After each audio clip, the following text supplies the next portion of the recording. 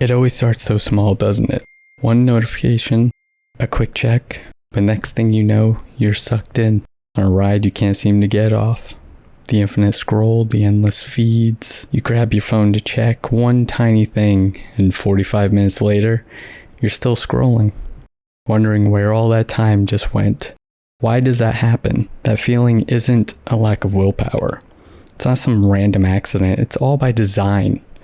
Because your phone is a digital slot machine, and every time you pick it up, you're pulling the lever and playing a game you didn't even know you signed up for. Let's just call this what this is. Your phone is basically a little casino inside of your pocket at all times. And it's not even like a wild conspiracy theory. It's well known that it's designed to be like that. The most addictive products are built around a simple, powerful hook. Intermittent variable rewards. It's the same exact trick that slot machines in Las Vegas use to keep you addicted. You pull the lever and you might get a reward. Or you might get nothing. It's the unpredictability that gets you hooked. Not the winning, but the maybe of it. That feeling of anticipation floods your brain with dopamine. Every time you pull down to refresh your email or your social media, it's doing the same exact thing. You never know what you're going to get. It could be a life-changing email or a like on your photo, a funny video, or nothing. That or is the hook that keeps you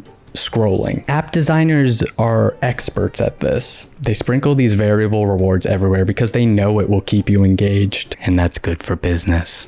The little red notification badge, that's a lever. The pull to refresh animation, that's a lever. The infinite scroll is the sneakiest of all because it's a lever that pulls itself, making sure there's never a natural place to stop and ask yourself, is this how I want to be spending my time? The stats are pretty shocking. A recent study shows that Americans check their phones on average 205 times a day. Are we really making 205 conscious choices when we do that? Of course not. We're compulsively pulling a lever, hoping for a tiny hit of digital validation. So why is this design so ridiculously effective? It all comes down to dopamine. For the longest time, scientists called dopamine the pleasure molecule, but neuroscientists nowadays see it more so as a motivation molecule. It's less about feeling the pleasure itself, but the anticipation of the pleasure. It's the chemical that drives us to seek, to hunt, to want. Dr. Anna Lembke, a psychiatrist at Stanford and the author of Dopamine Nation,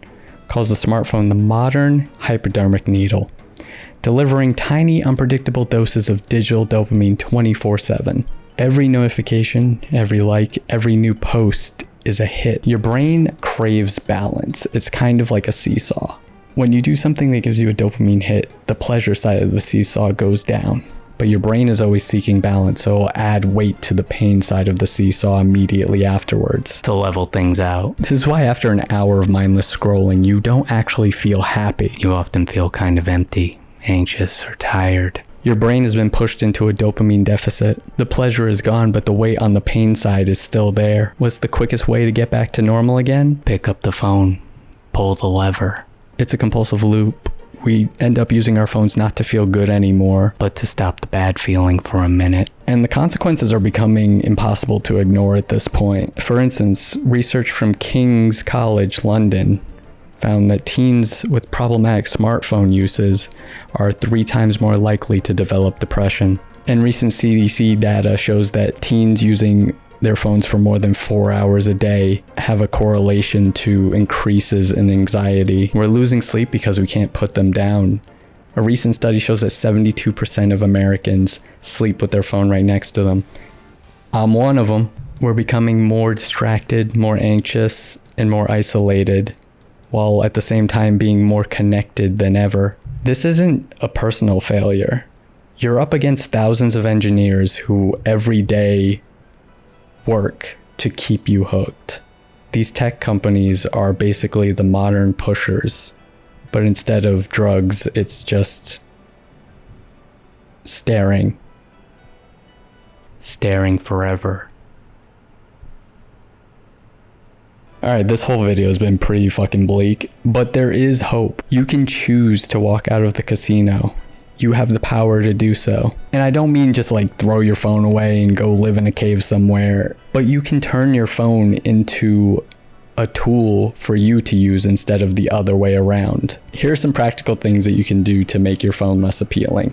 The first one is very simple. You can turn your phone to grayscale. Almost all modern phones have this feature. I have a Samsung. I'm pretty sure Apple also has this feature. Color is hugely stimulating for us, and it keeps you on the phone when you're scrolling infinitely. If you can turn your phone to black and white, it definitely cuts down on the amount of time that you will spend on it. And as you can see, there's the Google homepage. Look, boom, gray.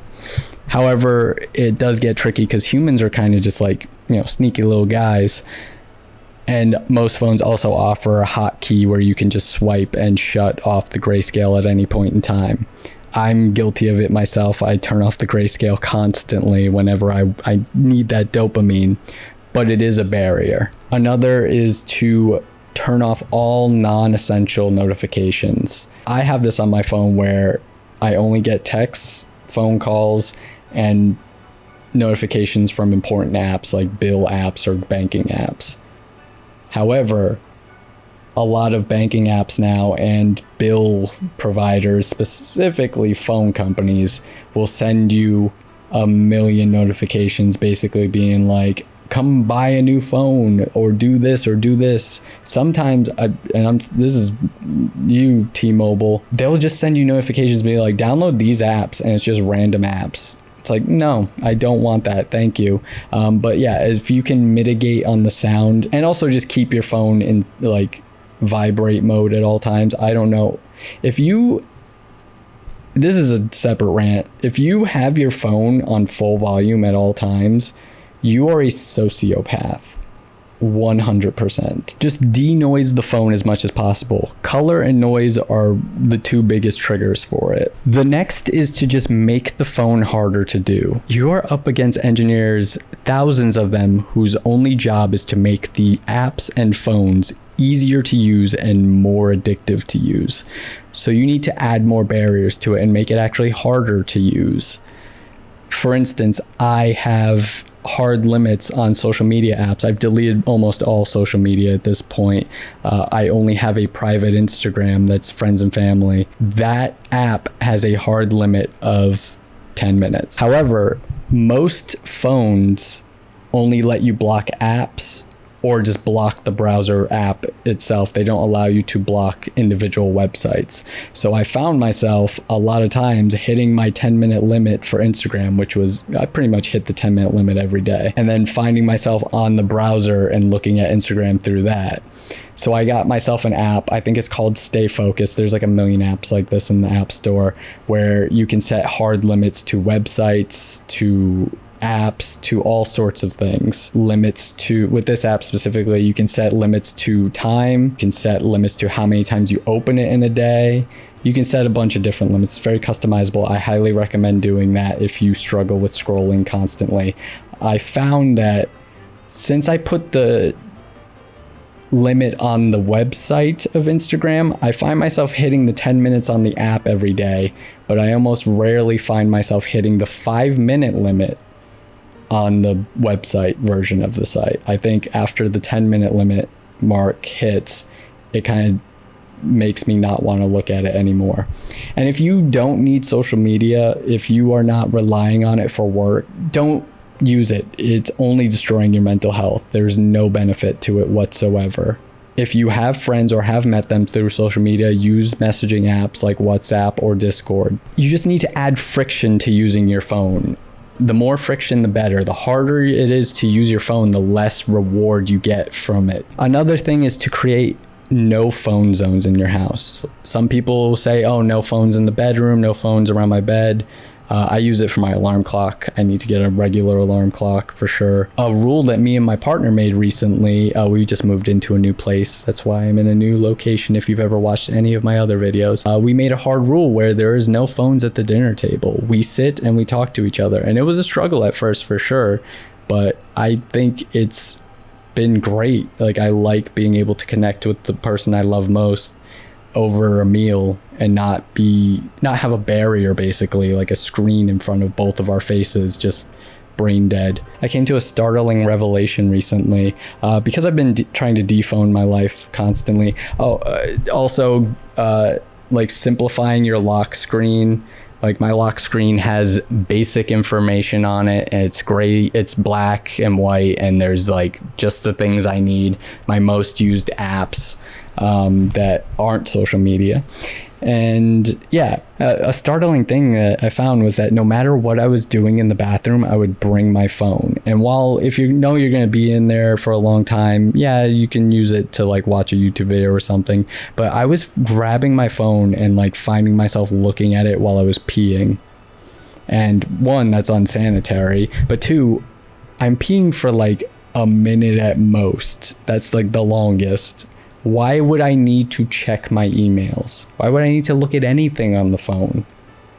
I'm not the governor of a state. I don't have any important messages coming through. Your brain is always going to need dopamine. You just need to find healthier ways to get that dopamine. We're trading low quality digital hits for high quality physical rewards. There's a thing called dopamine fasting. I think it's been debunked. It's not something that is like that's helpful. Basically, I would say instead of dopamine fasting, just find things that you're passionate about that are away from a screen, or if they are on a screen, there's something that is like creative, like drawing or video production, audio engineering, something along those lines. If you need to look at a screen. Recently I've been journaling a lot, which is something I did a lot when I was in my early 20s and didn't have a smartphone. Weird how that worked. But I slowly fell out of over the years. I've been getting into it crazy recently. I have like at least 3 notebooks roaming around now, and it's been lovely being able to make real progress with thinking about it's been helpful with just thinking about things and making YouTube videos. That's why I make 1 YouTube video a year at this point, because I've been unfocused and I just don't write anything down. But in just this last couple weeks since I started really journaling, I've seen like crazy improvement in just my productivity and also just my retention of information.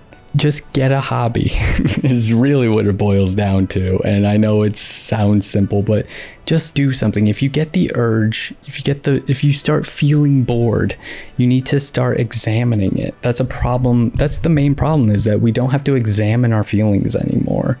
When I got sober off of alcohol and drugs in general, that was something that I had to come to terms with. Oftentimes I would find myself feeling terrible emotions and be like, I need to numb them.